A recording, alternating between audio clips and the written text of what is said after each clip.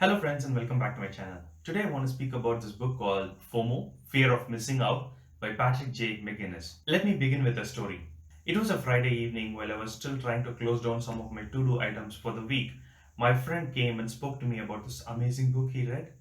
He told me it made so much impact to his work and personal life. I decided I'm going to buy and read the book on the same day. I drove all the way to a bookstore to buy not just that book, three more books because they were on a sale, and decided I'm going to read all of them during the weekend.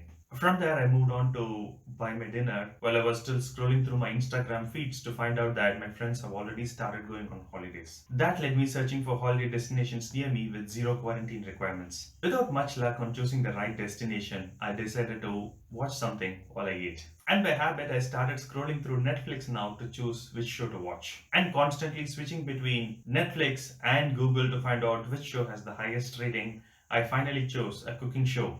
I decided to watch the cooking show because I thought it would be very easy to turn it off when I finish my dinner and I can go begin reading my book. I ended up watching the show till 1 o'clock at the night, felt very hungry at the end of the show, grabbed some snacks, and I was thinking if I should learn cooking as well. While you may not have gone through the exact same steps, I'm sure most of you would have had similar experiences in your life. In this story, there are two kinds of problems: decision and indecision. A number of wrong or incorrect decisions, I would say, when it comes to choosing more than what I really need to, doing things I really did not want to, like buying four books instead of one, choosing the best Netflix show to watch when I wanted to shut it down in 15 minutes. When it comes to indecision, not reading the book when I should have done it, scrolling through a long list of Netflix show when I could have really picked just one. All these wrong decisions of doing more than what I really need to do is because of the fear that I would miss out on good opportunities. The author calls it FOMO, fear of missing out. All these indecisions or procrastinations are called FOBO, fear of better option. This is a worry that there is still a better option available out there and I don't want to miss it. So I don't decide anything. If you also have some similar problems, what is the way out of it? Here are three tips you can follow. The first step is to acknowledge that there is a problem.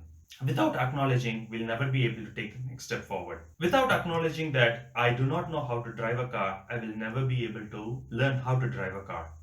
So, in the same way, if we don't acknowledge that we are indecisive, if we don't acknowledge that we are choosing a lot of wrong things that are not in our priority, we'll never be able to get out of this problem. The second step is to know and remember your priorities. It may look like a cliche, but knowing and remembering your priorities is very essential. What happens most of the time is we do know what our priorities are, but we don't remember them all the time. Or we remember them only late at night when it's already too late and we are exhausted. Knowing that we have a problem and remembering what our priorities are, the next step is very easy. Take action. Taking action here could be in two forms. One, not doing what's not important to us and doing what's really important to us. It's always easy to say what to do, but doing them is the difficult task. Here are four tips for you on executing on these actionable areas. Before we move forward, if you're interested in my other book summaries, I'll leave the links below the like button. Check them out after this video. Tip number one, bucket the question at hand into long term, short term, and insignificant ones. Just by bucketing them into these three categories will make your life so much easier. And you would already know if something is long term or short term, you have to give them more time. And if something is insignificant, you can decide it right away. Tip number two is my most favorite one: have a front runner option. Most often, your brain or your gut knows what's the most preferred option. Acknowledge that and put it on top. Choose other options only if they're really better than your most preferred option.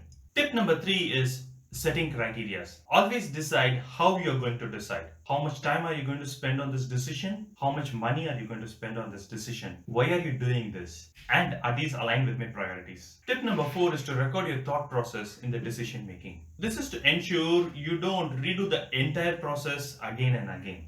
For example, if you have bought a share for some reason, write it down. So after some point in time, you know why you bought them, and then you can recheck if the condition is still true. I've summarized a lot of things in this video based on my understanding and how I want to apply this in my life. I would strongly recommend you to read this book because it gives so much understanding of how your brain thinks and why we worry about a lot of unnecessary things in life. The book speaks about two common problems: why we are often worried about not being able to enjoy everything in life, and two, why we are not taking action on what's really important for us. The book does give a lot of ideas, tips, and a framework to overcome these problems. My key takeaway is do what's important to you and ignore everything else.